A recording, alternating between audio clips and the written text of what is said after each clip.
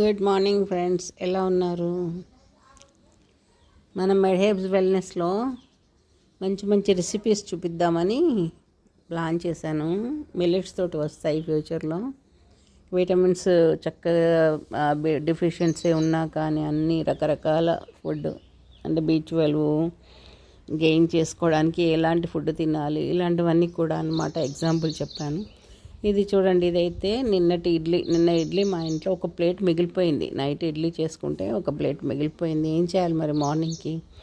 ఆ ఇడ్లీని అలా పడేయడం ఇష్టం లేదు. ఒకటే ప్లేట్ కదా, ఒక 4 ఇడ్లీలు ఉంటాయి అంతే. దాంట్లో ఏం చేశానంటే చూడండి, పోపు గింజలు, కొన్ని పప్పులు, ఆవాలు, జీలకర్ర, అంతే. పప్పులు వేయలేదు యాక్చువల్గా. ఆవాలు, జీలకర్ర, 2 మిరపకాయలు,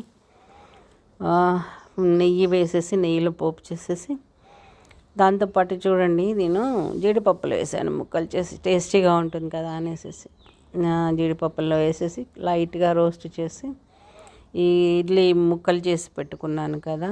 సో మర్చిపోయాను ఫ్రెండ్స్, దీంట్లో అల్లం సన్న సన్న ముక్కలు తరిగి కూడా వేసాను. అది టేస్ట్గా ఉంటుంది. అల్లం వెల్లుల్లి వేయొద్దు, అల్లం ఒకటే యాక్చువల్గా. సో సన్న సన్నగా తరిగి అది కూడా వేసాను. దాని తర్వాత ఏం చేశానంటే ఇడ్లీ ముక్కలుగా తరిగాను కదా, సో అవన్నీ దాంట్లో వేసేసి సో ఒక 2 సార్లు అలాగా కలిపేసేసి దాంట్లో లైట్గా సాల్ట్ వేసి, ఇంకా ఏం చేశానంటే సాల్ట్ తక్కువ వేయాలి. ఏం చేశాను తెలుసా ఫ్రెండ్స్, దీంట్లో మనము ఇడ్లీతో పాటు రకరకాల పళ్ళు తింటాం కదా. మా ఇంట్లో అయితే అన్ని పళ్ళు ఎప్పటికప్పుడు చేసి పెట్టుకుంటూనే ఉంటాను. దీంట్లో ఫ్లాక్స్ సీడ్స్ పొడి వేసాను ఫ్రెండ్స్.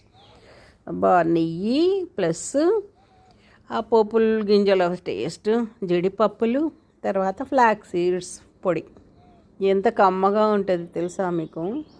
చూడండి. సో ఇలా చేసి మనం ఏంటంటే నిన్నటిదే కదా, ఎందుకు వేస్ట్ చేయాలి? సో ఈ రోజుల్లో ఏమైందంటే ఎవరికైనా ఇద్దామన్నా కానీ కష్టంగానే ఉంది. ఎవరికైనా ఇవ్వాలంటే వేడితే ఇవ్వాలి కదా. సో అలాంటి పనులు చేయడం కష్టం.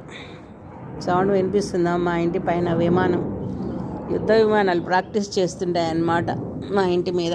సో సౌండ్స్ వినిపిస్తూనే ఉంటాయి ఇలా అన్నమాట. సో ఇలా రోస్ట్ చేసిందంతా చక్కగా ఒక పూటకి బ్రేక్ఫాస్ట్ అయిపోతుంది ఫ్రెండ్స్.